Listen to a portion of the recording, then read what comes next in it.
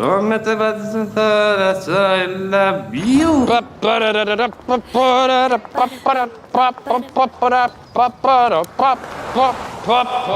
bene in capire, I love you. Papà l'americano.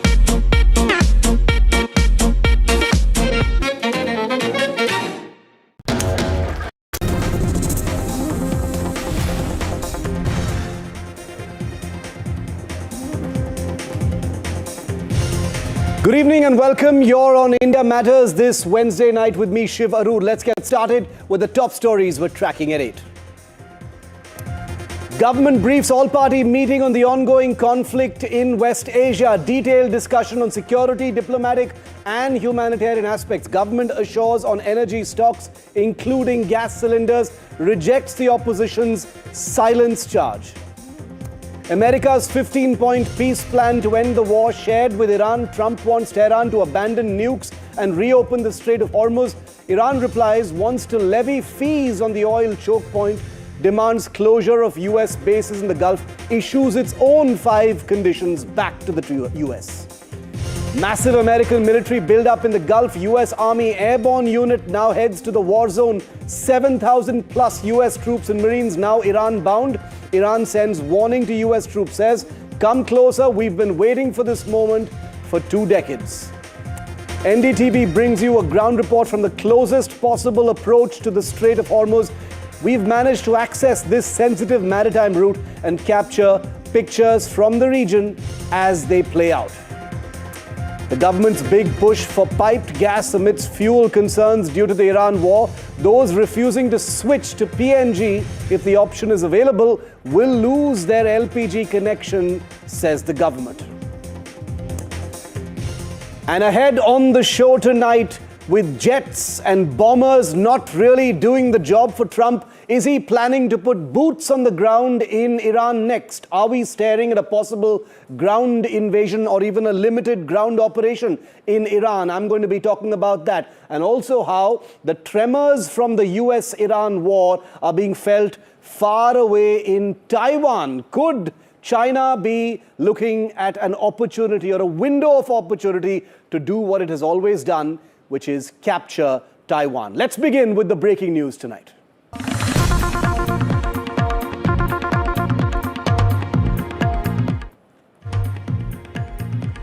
Okay, the big breaking story right now. India's External Affairs Minister S. Jaishankar has just hit out at Pakistan, calling it a dalal country, and that India is not a dalal country.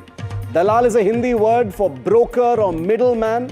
It's an impolite word which S. Jaishankar, India's External Affairs Minister, has just used to strike out at Pakistan over the politics that has erupted here in India, where the opposition has been questioning the government over why Pakistan has stepped up to mediate between Iran and the United States, which is not confirmed, by the way, but that India has stayed silent. This whole accusation that India has been silent through this crisis, that's S. Jaishankar, the External Affairs Minister, reacting and saying India is not a dalal country or a broker country like Pakistan. He's lashed out at Pakistan at this all-party meet. Aishwarya Jain from our political team is live with me. Aishwarya, a detailed discussion and rebuttal at this all-party meeting where S. Jaishankar, External Affairs Minister, in that all-party meeting in front of the opposition has basically lashed out, responded to them and said, India is not a dalal country like Pakistan. Well, direct questions were asked by the Congress party and the Samajwadi party to the External Affairs Minister that why it is Pakistan which is acting as intermediary between the United States and Iran. In a very blunt way, it is External Affairs Minister and sources telling us that in that all-party meeting, it is the External Affairs Minister S. Jaishankar who stated that India cannot act as the middleman or a dalal country like Pakistan as the United States is using Pakistan since 1981 and there is a dynamic equation between the United States and Pakistan, but we cannot act like that. We are a sovereign country and we have our own individual identity. Certainly what Pakistan is how United States is using Pakistan is something that India does not stand. So what equation Washington and Islamabad holds, we do not want to engage in it. If it is Pakistan, which is a dalal country, certainly quote unquote, that's what External Affairs Minister clearly answered to the questions to the opposition parties. And India is not a broker country or a dalal country, is something that very bluntly External Affairs Minister responded on questions to the opposition parties. Okay, I don't think the opposition is going to be satisfied with that answer, but the External Affairs Minister certainly, in my view, isn't wrong by taking that stand. Pakistan has been an opportunistic country, doesn't really have the standing, and in Trump's world finds itself stepping up to the plate and sniffing at the opportunity of playing some kind of a vassal broker in all of this. Well, dalal is the word that the External Affairs Minister has just said. What a time to be alive. All right, we'll keep a track of the fallout of that comment in just a bit. Thanks, Aishwarya, for that input.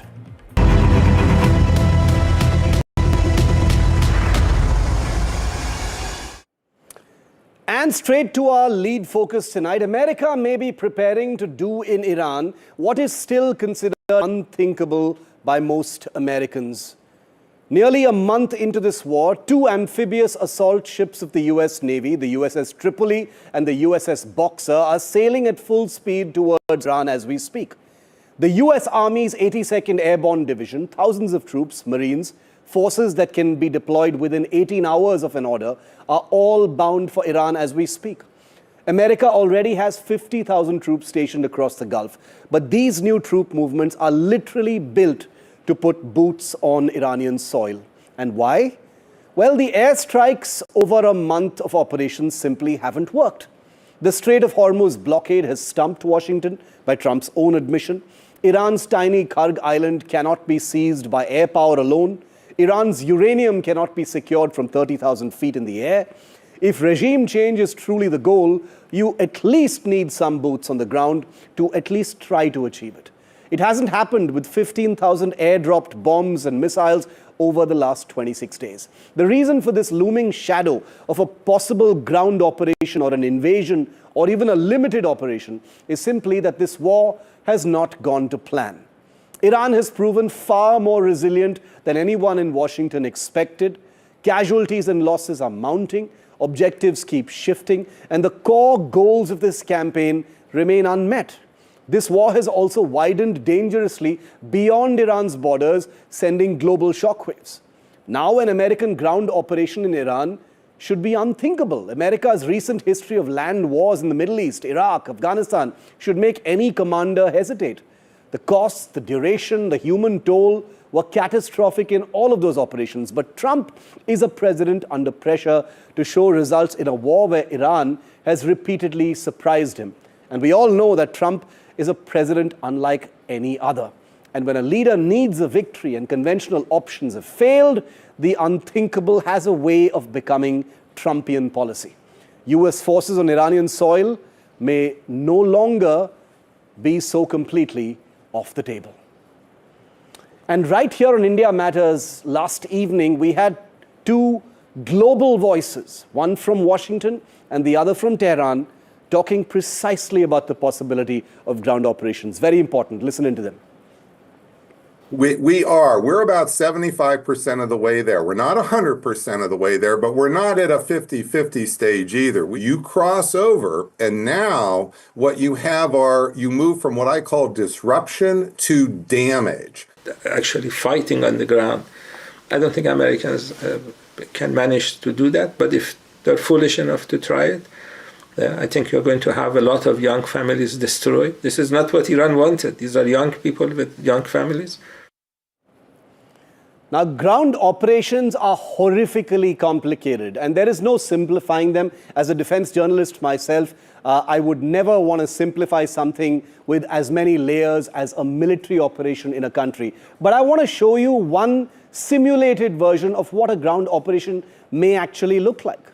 These are just very, very broad steps, and they all involve casualties. But bear with me, it at least paints a broad picture. Step number one, it could begin with multiple US Special Forces, maybe the Delta Force or SEAL Team 6, insert by helicopter from neighboring Iraq and infiltrate deep inside Iran to locate its uranium stockpiles.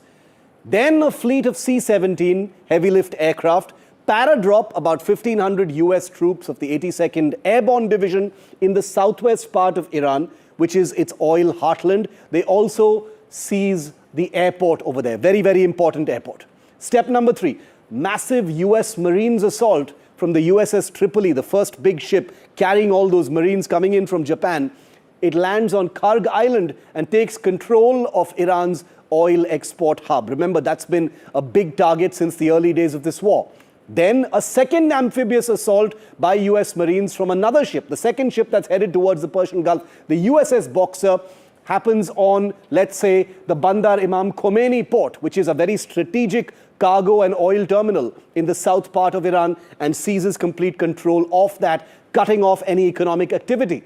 Step number 5, American Special Forces teams assault the Fordo tunnel complex and locate, potentially, Iran's uranium stockpile. We don't know if it's there, but let's assume that they're able to locate the stockpile and secure it. Then the Iranian ground counteroffensive begins in full measure. All this while, casualties will be piling up, but this is where a ground war actually erupts in a big way. Intense warfare, pitched battles like Iraq and Afghanistan, except far more intense, because unlike Iraq and Afghanistan, Iran has a far larger land force and army. US air support for ground forces results in the biggest ground casualties and eruptions potentially. So what happens after all of this? Here's a possible result. Again, let me remind you, very broadly speaking, the US is able to seize Karg Island and the southern part of Iran's oil heartland. It's able to completely isolate the country as far as oil exports is concerned.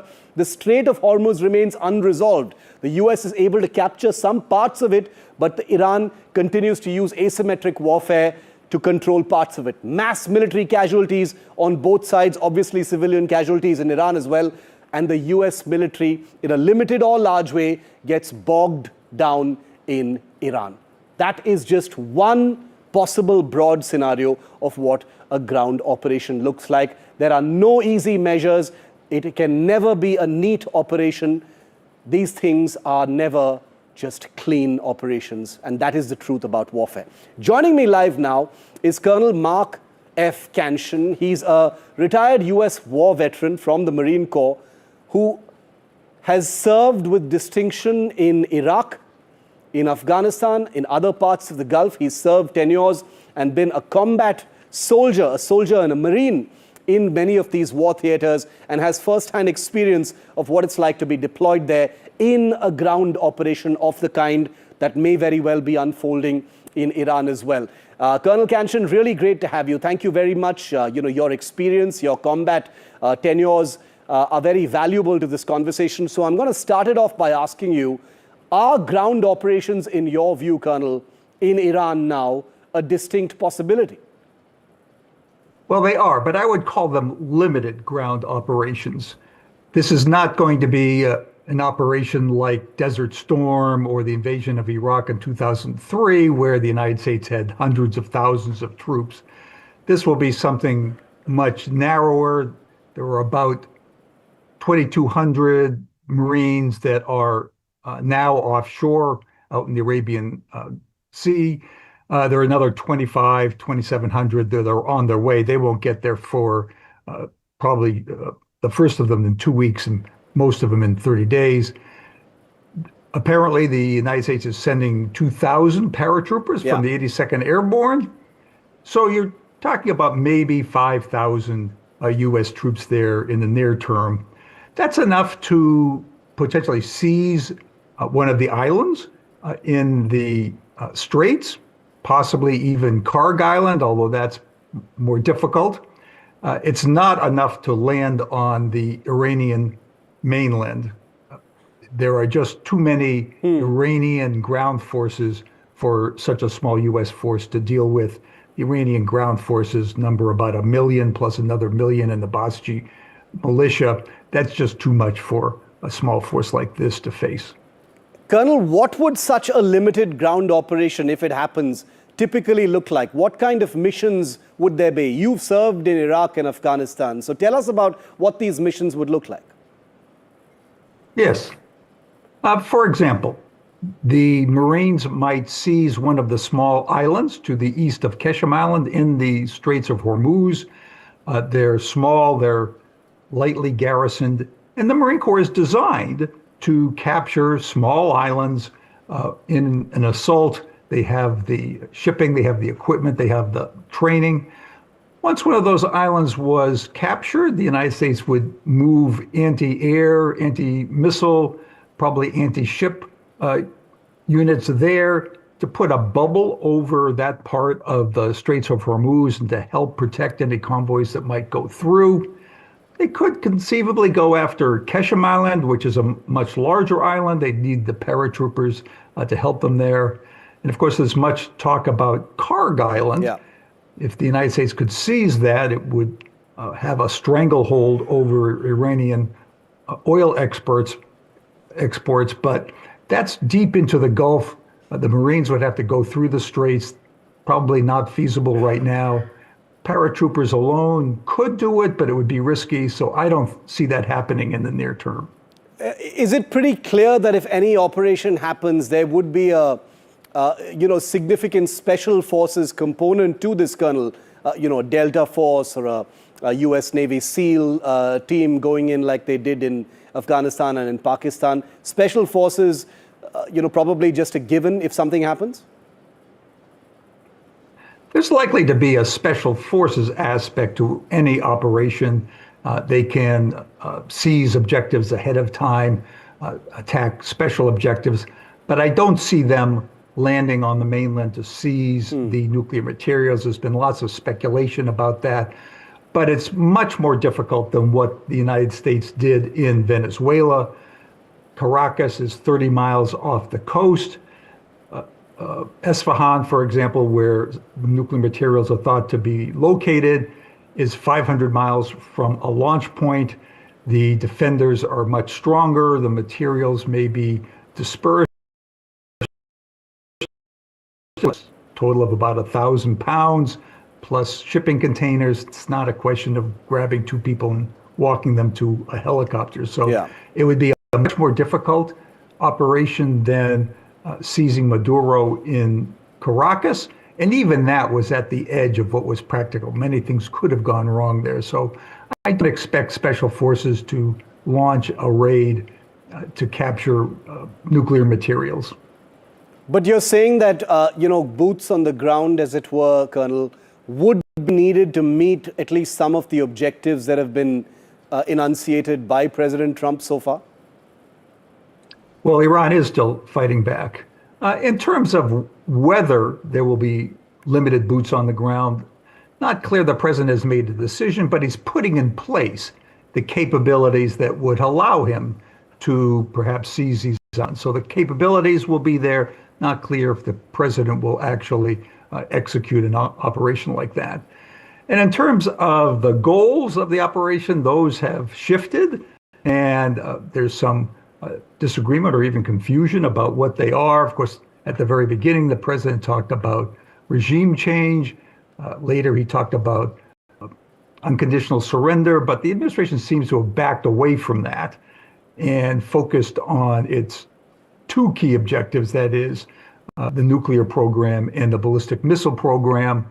Some thinking that President Trump might just decide that the bombing has been enough, but to really achieve the U.S. objectives, there would need to be some agreement by Iran and also some inspection regime whereby third-party inspectors would come in and ensure that the Iranians were not, for example, enriching uranium, and they were not covertly restarting their ballistic missile production. Colonel Kanchan, you've been part of American ground operations in Afghanistan as well as in Iraq. How would a potential ground operation in Iran, which is a larger country with a vastly larger and more powerful military, compare with those earlier ground operations? Well, if they were limited to the islands, I think that would be much, much easier. The thing about islands is that U.S. air power and naval power can isolate them so that the Iranians would have a difficult time bringing in reinforcements or even supplying any garrisons that they had. It would be the kind of conventional fight at which the United States is very, very good. Going on to the mainland would be a very difficult conventional fight. And of course, if the United States were to lead a coalition to occupy Iran, which I think is not at all likely, then there would be counterinsurgency and it would be extremely difficult. I'm just curious to know, do you think, Colonel, that there is any kind of an off-ramp or an exit route from this current conflict before the next escalation, if that escalation is to be boots on the ground? Do you think there's an off-ramp before that?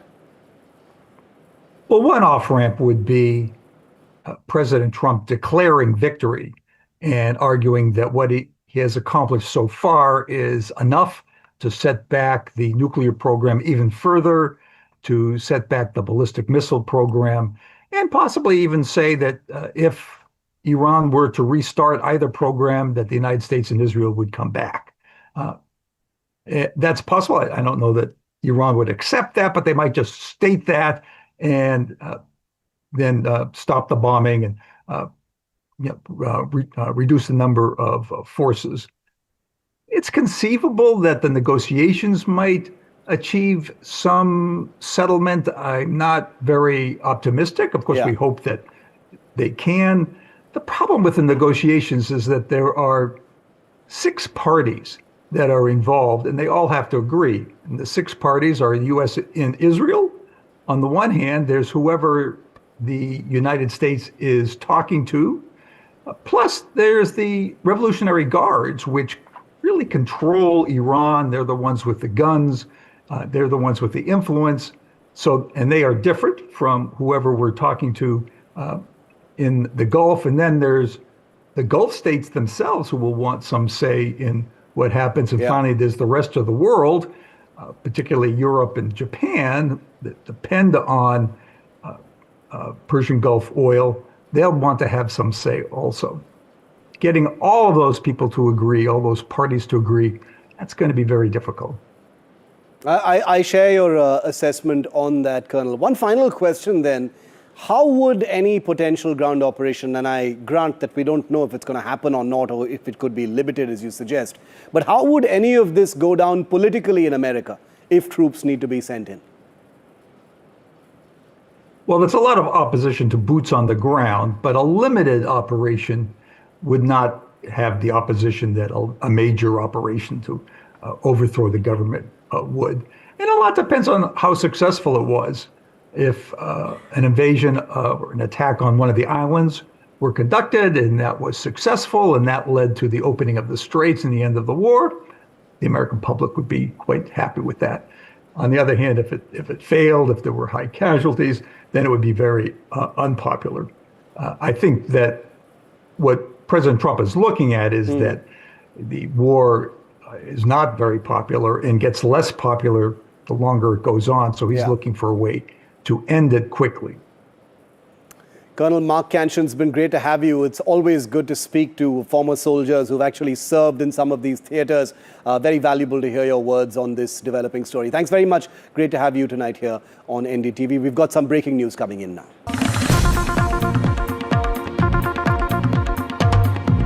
And now, in response to news reports of a 15-point peace plan being pushed by the Trump administration, Iran has now fired back 5 conditions for this war to come to an end. Remember, Iran has rejected all calls for talks and said the war will end on its terms. Now Iran, according to Press TV, which is state-owned television, has said it has rejected any US proposal and laid out its 5 conditions for ending this imposed war, and categorized this latest overture from the United States as something that it will not be responding to in a positive way. A complete halt to aggression and assassinations by the enemy is condition number 1. The establishment of concrete mechanisms to ensure that the war is not reimposed on Iran is a second, and there are 3 more. In fact, Vishnu Shom is live with me on this. Vishnu, Iran, first of all, rejecting suggestions of any talks directly or indirectly taking place, and now also counter-attacking Trump with a sort of list of 5 conditions for this conflict to come to an end. Iran believes that it is negotiating from a position of strength. America, if you believe or listen to Donald Trump, they seem to suggest that they're negotiating from a position of strength. One way or the other, the status quo in a sense remains. Yes, Iran has been hit militarily very hard, but they still have a regime in place. They have ballistic missiles in place. They're still fighting militarily. They've got drones and they control the Strait of Hormuz. Yeah. So from that standpoint, they are obviously talking about terms which they want, and the terms are as follows. Number 1, a complete halt to aggression and assassinations. Number 2, mechanisms to prevent future conflict. Number 3, guaranteed payment for damages and losses. Number 4, an end to war across all regional theaters. And number 5, international recognition of Iran's authority over the Strait of Hormuz. It's absolutely certain that America will not accept all of these 5, but Iran will be pushing to negotiate very hard, particularly the point on international recognition of Iran's authority over the Strait of Hormuz is one that America, I can confidently tell you, will reject. And there is a briefing later tonight at the White House, so this is going to certainly be the first question that needs to be addressed. A 5-point list of conditions issued by Iran for this conflict to come to an end, and it is unwilling to negotiate on any single one of these. Stop the aggression, pay for the damages, recognize Iran's authority over the Strait of Hormuz, and 2 other conditions that are going to be very, very crucial. Vishnu, thank you very much for that. In fact, joining us live from Tehran tonight on this breaking story is John Hussain. He's a journalist based in Iran's capital. John, good to have you. Thank you for your time here tonight on NDTV. On this story that's just coming in, John, I'm going to get you to comment right off the bat on these 5 conditions that Iran has put down for there to even be any possibility of this war coming to an end. Thank you for having me, first of all. And let me just add very quickly that the cessation or the stoppage of the attacks are not just on Iran, but Iran demands comprehensive end to the war across all fronts, including against all resistance groups. So I think that there is an addition from Iran that all the attacks towards Lebanon, towards the Iraqis in Iraq, all the resistance groups, Hashd al-Shabi, al-Badr, and for example, Houthis in Yemen, or for example, in Lebanon, the fighting that Hezbollah is doing. I think all of these aggressions by Israel should be stopped, according to Iran. And then we also see that earlier there were attacks being done on Iran by the Israelis, where the Natanz site was hit, and thereafter in Khurramabad and in Isfahan, a gas authority building was targeted, and a gas station was targeted. But then later on, we saw that Iran retaliated by hitting Natanz, by hitting Negev Desert, by hitting the Dimona facility, and by hitting the largest Rabat Oren plant in Israel. So we see that Iran is trying to communicate that the cessation of hostilities or the war will end on Iran's terms. And in these 5 points that you've already given, I think there's also an addition that needs to be pointed out, that it is also written in the same statement that Iran will end the war at a time of its own choosing, only if its own conditions are met. I think this is fundamentally the most important point, because we see that there is no flexibility being given with these conditions that are being put forth by Iran. And we see that the statement has come across by the Iranian spokesperson for Khatem al-Anbiya as well, where he said that Trump cannot name his defeat as a negotiation or as an agreement. So we see that Iran is trying to communicate that they are under control of the situation and they will determine the outcome of this war. John, are there any talks happening directly or indirectly? There's a lot of contradictory reports, about people reaching Islamabad and elsewhere, and people passing messages. There's a great deal of confusion. You're in Tehran. What are you picking up? There is communication and messaging going on with Iran, with Pakistan, with Egypt, with Turkey, with different countries, Russia, for example, and Azerbaijan including. Yeah. So these countries are trying to put, these countries are trying to put United States and Iran on one place and trying to make negotiations happen. And we saw that communications did happen. However, there was no agreement from the Iranian side to sit with the United States. Only the communication of the preconditions, which I have just told you and which have been released by President STV have been told to all of these countries which are involved in negotiations. So yes, they are trying and they are communicating. Iran is also communicating with them, and they're giving conditions. But then again, Iran is not willing to negotiate right now, and they've made it clear to all the countries who are communicating with Iran that they will not sit with the United States. Final question, John. The possibility of ground operations, about 7,000 Marines and American troops are headed towards the Persian Gulf. There's this deadline that has been extended by 5 days that ends on Saturday. How is Iran seeing the possibility of, even a limited ground operation by the Americans? I've spoken to a lot of people here in Tehran regarding this. And trust me, they are not only ready, but they are waiting. As Arakchi earlier said, they are waiting for the United States to come.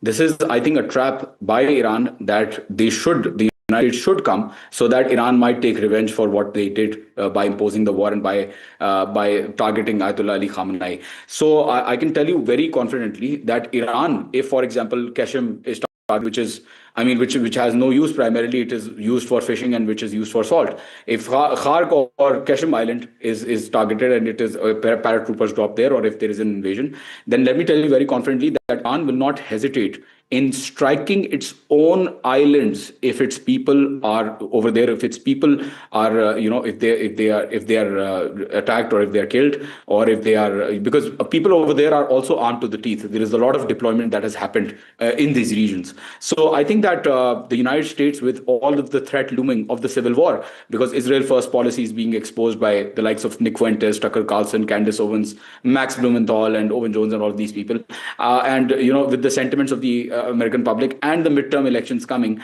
I think there's a real threat of civil war happening if the United States sees bodies coming out of Iran in a war that was pushed by Israel towards America, and which America had no interest in going in the first place. So I think that Iranians are not only ready, but they are desperately waiting for all these troops to come, because trust me, it will be a bloodbath. John Hussain, good to have you live from Tehran. Thanks for your inputs here on NDTV. Thank you. Thank you. The biggest bargaining chip, and this is something that needs to be said over and over again, that the biggest bargaining chip that Iran has in its hand, and one of the reasons why the war isn't over, and one of the reasons why Trump is now pushing a peace plan, is the Strait of Hormuz. And it is completely under the control of Iran at this point of time. It has sent global oil shockwaves, and that's one of the reasons why an off-ramp is being desperately possibly sought. Now, let me turn your attention to what is happening in the Strait of Hormuz since the war actually began.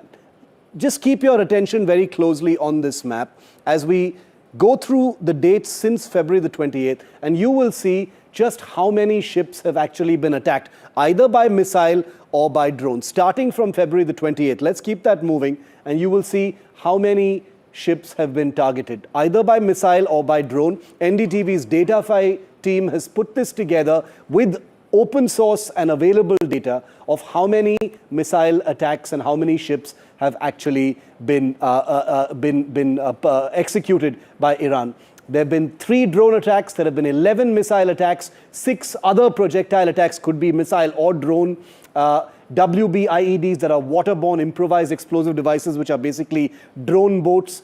Lives lost 7, rescued persons 197, injured people 31, missing people 5. These are all official pieces of data that we've got showing you why precisely Iran continues to control the Strait of Hormuz and continues to keep this as its most important piece of leverage, and the reason why Trump is looking for an off-ramp at this point of time. NDTV's Tejashree brings you this exclusive ground report from the closest possible approach to the Strait of Hormuz. This is a report which nobody else has. Take a look at what she sent us. Of Hormuz. If we talk about Strait of Hormuz, then 20% of the world's oil passes through that narrow passage. That makes 20 million barrels of oil. Now here, which is the very strategic location, we'll also be showing you the pictures about how many vessels, number of vessels, several vessels, the ships are, stranded over here. They are over here at this location from where we are reporting right now. Because if they start moving towards Strait of Hormuz, they do not know that when any any kind of ballistic missiles or drones could attack them. This is also in fact worrying the ship owners, because of which they are also trying to take an alternative route. Iran has made itself very much clear that without its permission, it won't allow any of the vessel or the country's vessel to pass through it, be countries, they have in fact stated that countries like Iran, Israel and US, or those who support them, their vessels, their ships will not be allowed to pass through that area. But what actually is the condition over here to the closest approach of Strait of Hormuz? In the pictures, in fact, we'll be showing you that how does it looks like and what is actually happening over here. And about the latest, in fact, if we talk about, we have been seeing that many oil tankers avoided the area due to high risk. In some periods, tanker traffic dropped by around 70 to 80%, with dozens of ships anchoring outside the strait rather than entering. So you can see all these ships are anchoring outside because of the current ongoing situation, and the crisis expanded beyond maritime threats. The conflict includes the drone strikes on oil infrastructure, attacks on tankers, missile exchanges between Iran and its opponents. And that's why several countries have also in fact considered sending naval forces to escort commercial ships and keep the strait open for global trade, which as of now doesn't seem possible. In fact, if we talk about the oil prices as well, they have also surged. The tension remains to be escalated, but in the picture you can see that there are a number of ships in fact that are stranded over here. Not just one but multiple ships are here at the anchor, and if they start moving towards the Strait of Hormuz, they are at high risk, because the wartime insurance also in fact is a major problem for the ship owners. We have been speaking to several ship owners. They say that yes, they are worried about the employees, they are worried about the wartime insurance. They are in fact stating that though their ship has nothing to do with the export and import to Iran and Israel, still this is a problem for them. And viewers, if this problem continue, it definitely we definitely need to see that what happens in the coming days, because this is definitely a very, very strategic location. However, the flags with India, Indian ships, the ships with Indian flag were allowed to pass through after there were diplomatic channels talks between S. Jaishankar and its counterpart Iran. But again, once again, I would like to show you the visuals over here, that how important this strategic location becomes to be. On and on, you can see that there are not just one but multiple ships over here at the closest approach of Strait of Hormuz. And as I count, in fact, the number would go on and on. You can see in the pictures that how many ships are at the anchor, and they are just waiting to move from this location as soon as the situation de-escalates. These in the pictures you can see number of ships, but they are in fact at a great risk, at a higher risk, which they feel that if they start moving towards the Strait of Hormuz, then definitely they will be struck, or they are at the high risk at this point of time. Now in fact, we need to see that how long this war escalates, because this in fact also is impacting the overall oil and crude prices globally. Now Iran and Israel, both of them are very adamant that they are not going to de-escalate this war. Iran is not going to come for an unconditional surrender. Israel is also in fact not ready, because it is a matter of existence for them, is what they say. Now remains to be seen that what happens, but this definitely was an NDTV world exclusive from the closest approach to Strait of Hormuz. So as to what is happening. And there is big breaking news coming in. Iran has claimed to have fired cruise missiles towards American aircraft carrier, the USS Abraham Lincoln in the Persian Gulf, after issuing warnings to the United States. No independent confirmation, no response yet from the United States, but this is a big claim that Iran is making. This is for the second time actually. Early during the war, Iran is said to have fired several missiles at the Abraham Lincoln. All of them had missed. In fact, Trump had spoken about that in his briefing early this morning. And now Iran claims once again that it has targeted the USS Abraham Lincoln, a 100,000-ton nuclear-powered aircraft carrier, using cruise missiles. It has not said it has hit the supercarrier, but it has said it has targeted it. No information just yet from the United States Pentagon or the Central Command. So that's the big breaking story that we are getting to you right now.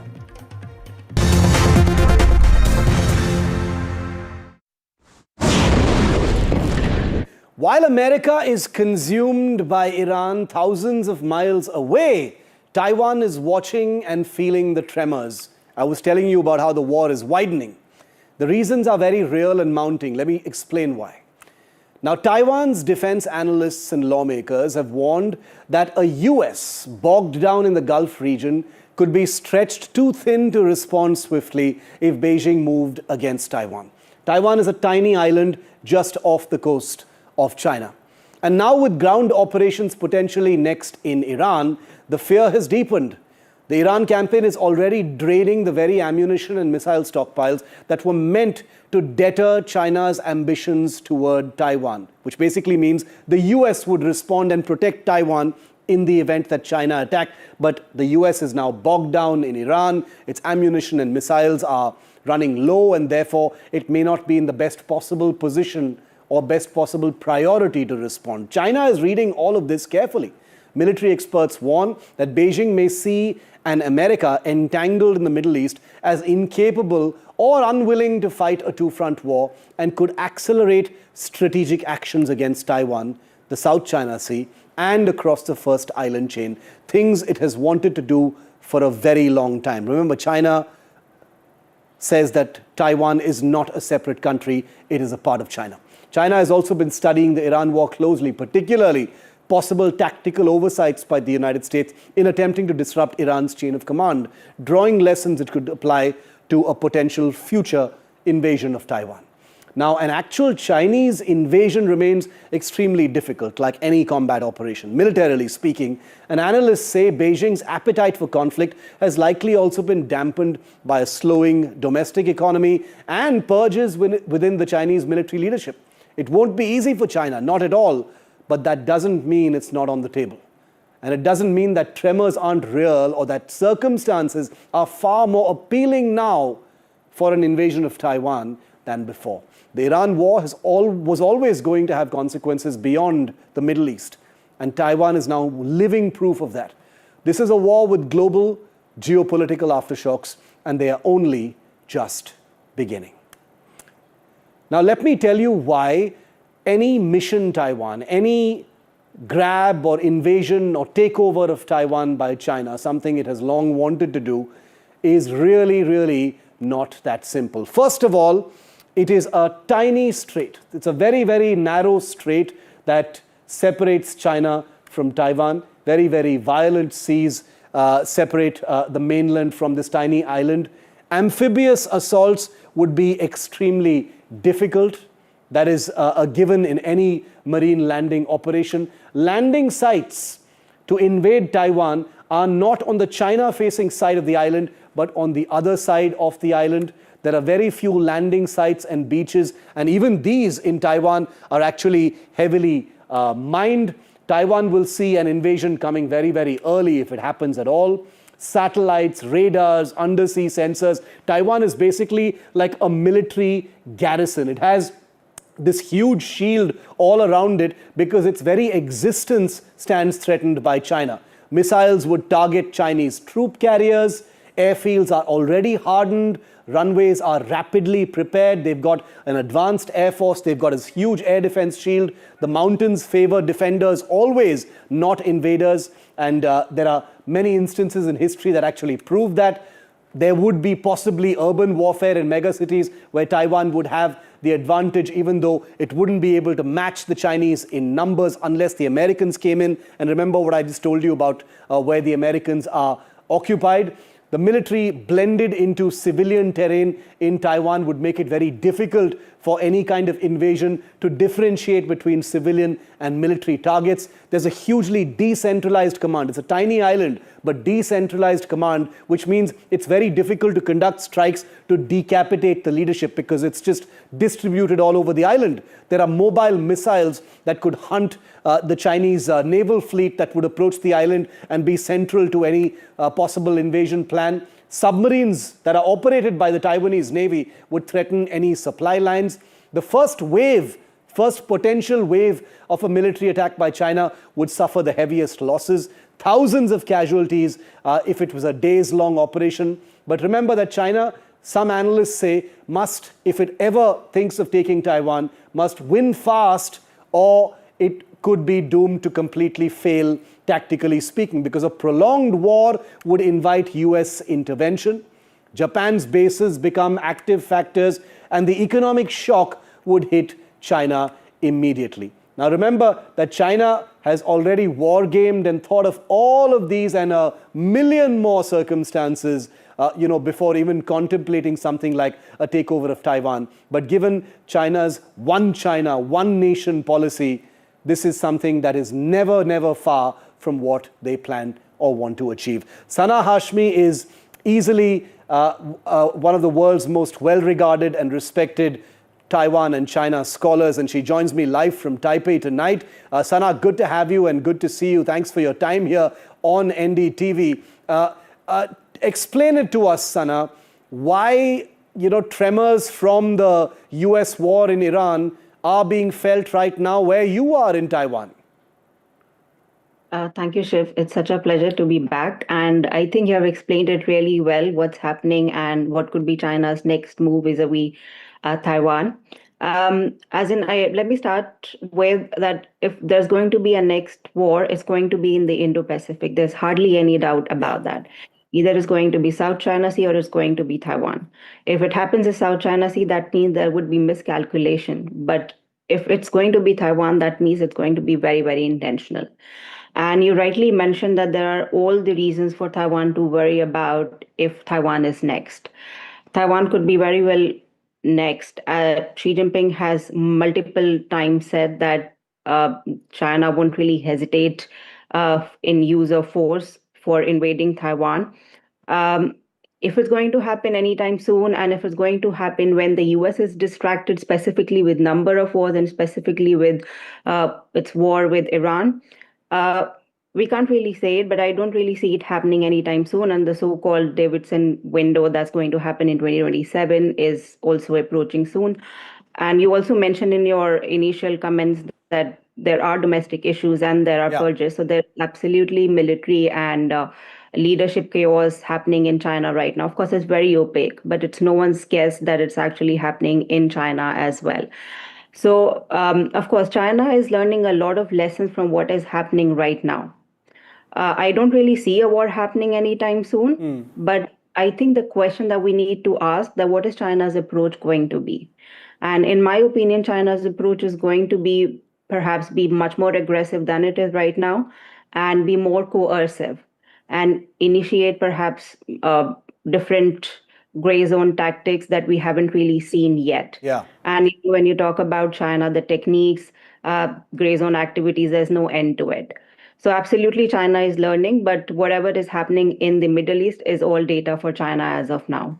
What about data for Taiwan? Taiwan's very existence in many ways, Sana, as you know better than anyone else, has been defined as by its defense against what we're discussing right now. What is Taiwan learning from what's going on? Because, the possibility of the United States not really having an appetite for more military action is easily being seen as an opportunity for China. I think the first lesson for Taiwan would be that it's not a matter of if, but a matter of when. So I think they're absolutely prepared for a possibility of an invasion. But when we talk about, of course, in Taiwan, there is this idea that there is bipartisan support in the US, and no matter what, US will come to Taiwan's rescue. So even today, of course, we are living in tricky times, unprecedented developments we have seen in the past 1 year. But despite that, I would say that there is this realization, there is in fact consensus that US will have to come to Taiwan's defense. But are they worried that US is distracted right now? Are they worried that US is overstretched? There is some kind of worry, but I do not really think that this is something that they are not really awake in night just because the US capacity is overstretched. So I think the trust in the US, the bipartisan support, and the possibility of strategic ambiguity becoming strategic clarity in an event of invasion is something that they strongly believe in. Do you see, one final point, Sana, do you see any major kind of strategic introspection or changes in Taiwan? I know you're right. All countries are kind of just watching how this entire crisis unfolds in the Middle East. But it's certainly going to trigger some deep thinking in Taiwan once it's done. Absolutely. And I think deep thinking is already happening. Of course, Taiwan cannot really put all its egg in one basket. This is one of the criticism of Taiwan policies that we have been talking about, and US is that basket. And with Donald Trump, there is no clarity what that support would look like in the case of invasion. And what China has been trying to do is, we talked about coercion, we talked about China being more aggressive, but then another point about Chinese approach is that China would like to have countries' approach towards Taiwan to be reset. And when we talk about reset policies, we also talk about the US policy towards Taiwan. So we really don't know when Donald Trump goes to China, what statement on the One China policy, what statement on Taiwan is going to come up. So I think we also need to look at the shape, the narrative that China wants to establish. So I think what Taiwan is trying to do is to diversify its partnership, diversify security partnership, and is absolutely looking at countries such as Japan, Philippines, and India. And then it's absolutely going to be all-out prolonged war for Taiwan as well. And all the countries will be impacted, and Taiwan is very well aware of that. Sana Hashmi, great to have you as always. Stay well and hope to connect with you very soon. Thanks for your time tonight here, Sana, on NDTV. Thank you. And like I said, this is a war that is widening. In a couple of days, it will be a month since the war began. That's how fast time has flown, and the objectives in Iran still haven't been met. NDTV will continue to report relentlessly on what's happening in the Gulf and everywhere that is having an impact across the world. Thanks for watching. The Buck Stops Here with Padmaja comes up next.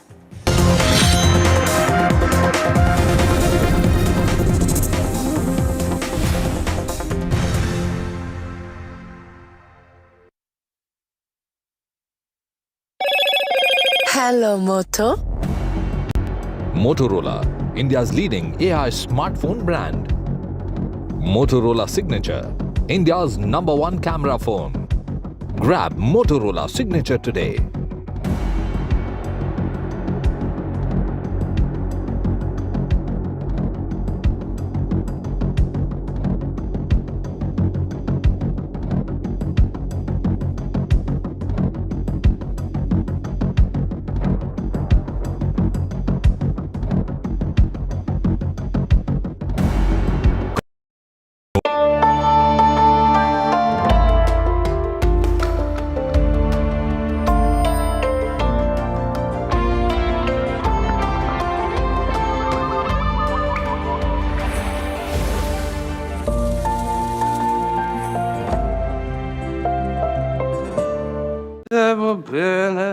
Sito la bolla mia zuttoriano quando si fa l'amore sotto luna come te va a la view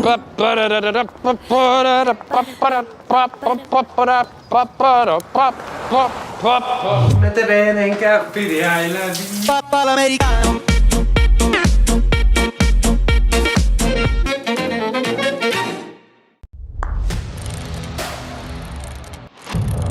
What seems settled for me is unfinished business. So I rewind, I pause, I reflect, I dig until what's buried stands up to be counted.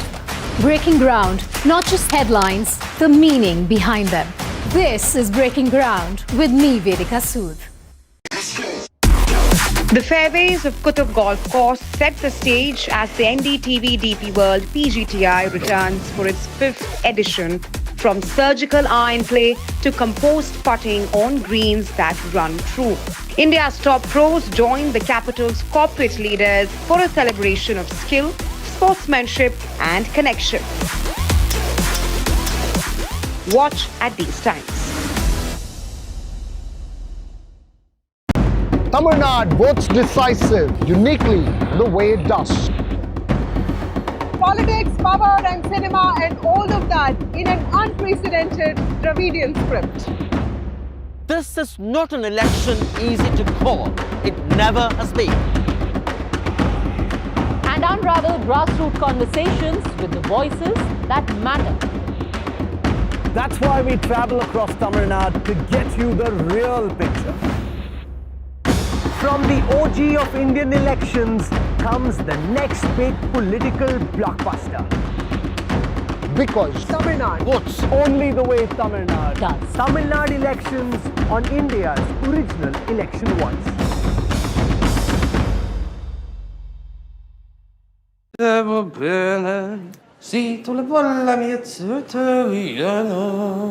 والنصف الأمارة اللونة ومتبذل إلا بيو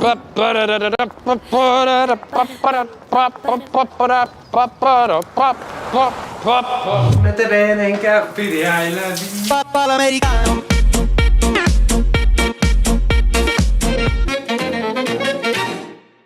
across the country.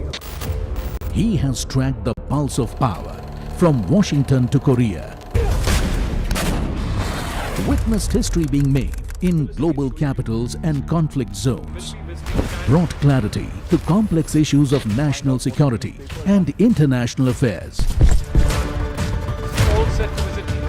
Aditya Raj Kaul, covering international affairs like no one else. Only on NDTV network. Tamil Nadu elections don't play small. They play big. High stakes, high voltage, high drama. Before the blockbuster unfolds, the OG of election coverage comes to Tamil Nadu to track the elections, spotting the mood and bringing perspectives from every side. Battleground Tamil Nadu on NDTV network.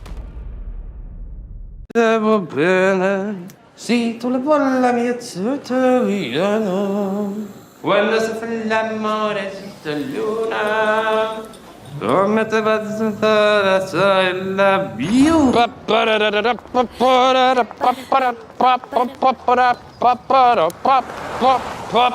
متبين كافي على بابا الأمريكانو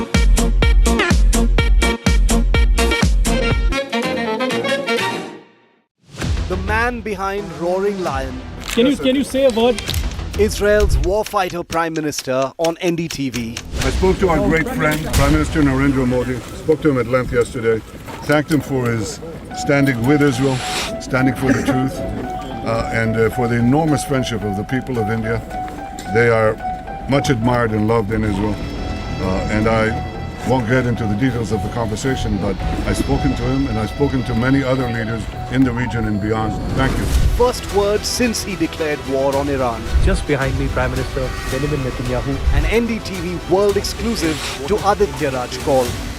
Benjamin Netanyahu on NDTV.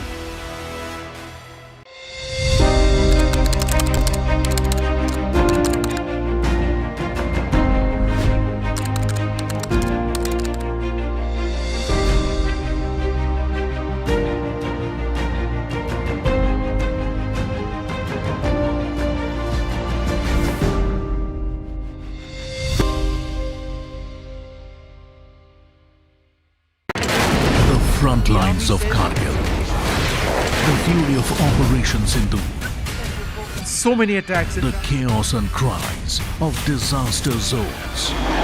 To fighter jet cockpits. And the world's most defining interviews. It's incredible. He has seen history break. Live.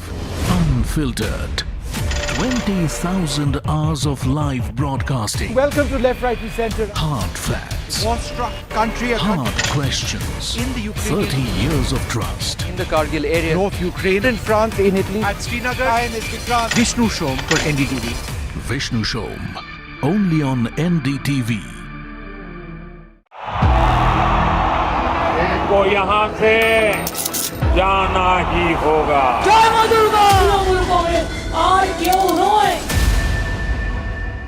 There is no bigger battle in 2026. And nobody.